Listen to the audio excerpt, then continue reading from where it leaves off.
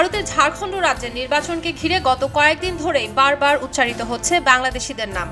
দেশটির প্রধানমন্ত্রী নরেন্দ্র মোদী থেকে শুরু করে কেন্দ্রীয় স্বরাষ্ট্রমন্ত্রী অমিত শাহ সহ বিজেপির সব নেতা বলে আসছেন, ঝাড়খণ্ডে অনেক অনুপ্রবেশকারী বাংলাদেশি আছেন যারা অবৈধভাবে সেখানে পিছিয়ে পড়া জনগোষ্ঠীর সব সুযোগ সুবিধা ভোগ করছেন।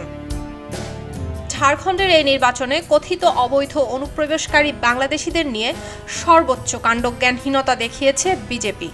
নির্বাচনী প্রচারণার অংশ হিসেবে তারা এমন একটি ভিডিও তৈরি করেছে, সেখানে দেখা যাচ্ছে ঝাড়খণ্ডের একটি সাজানো গোছানো বাড়িতে বসে খাবার খাচ্ছে ঘরটির বাসিন্দারা। ওই সময় দরজায় কলিং বেল বেজে ওঠে। তখন বাড়ির এক লোক দরজা খোলার পর দেখতে পান মাথায় টুপি দেওয়া প্রাপ্তবয়স্ক অনেক পুরুষ, কিছু নারী এবং অসংখ্য শিশু দাঁড়িয়ে আছে। তারা ওই বাড়িতে ঢুকে বাড়িটি নোংরা করছে। ওই সময় বাড়ির ভেতর অনুপ্রবেশকারীদের শরীর থেকে দুর্গন্ধ বের হচ্ছে এমন একটি দৃশ্যও দেখানো হয়।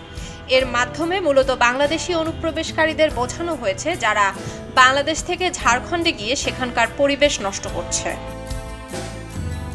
ভিডিওটির শেষ দিকে দুই ব্যক্তিকে ওই বাড়ির লোকদেরকে বলতে শোনা যায়, আপনারা যে সরকারকে ভোট দিয়ে ক্ষমতায় এনেছেন তারাই এই অনুপ্রবেশকারীদের এনেছে, তাহলে কেন শুধুমাত্র তাদের বস্তিগুলোই নোংরা থাকবে? পরিষ্কার পরিচ্ছন্ন বাড়িগুলোও নোংরা হওয়া দরকার। ভিডিও শেষে এসব দূরীকরণে বিজেপিকে ভোট দেওয়ার আহ্বান জানানো হয়।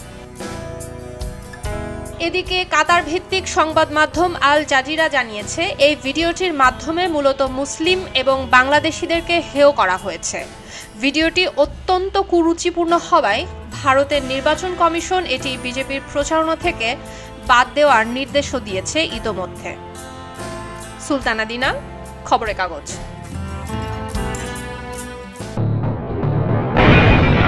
সবাই যখন জোয়ারে গা ভাসায়, কেউ কেউ শির দাঁড়া সোজা করে ঘুরে দাঁড়ায়। সময় যেখানে প্রতিনিয়ত হার মেনে নিতে শেখায়, কেউ কেউ চ্যালেঞ্জ ছুড়ে দেয়।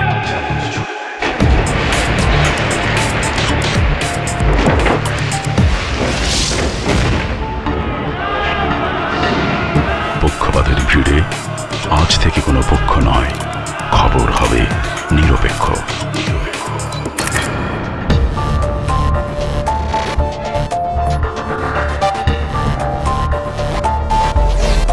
বানোয়াট তথ্যবাদ, খবর হবে নিখাত।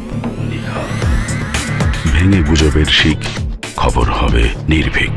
এলো মুক্ত চিন্তার স্বাধীন দৈনিক খবরের কাগজ। এখন খবর হবে নিখাত, নির্ভীক, নিরপেক্ষ।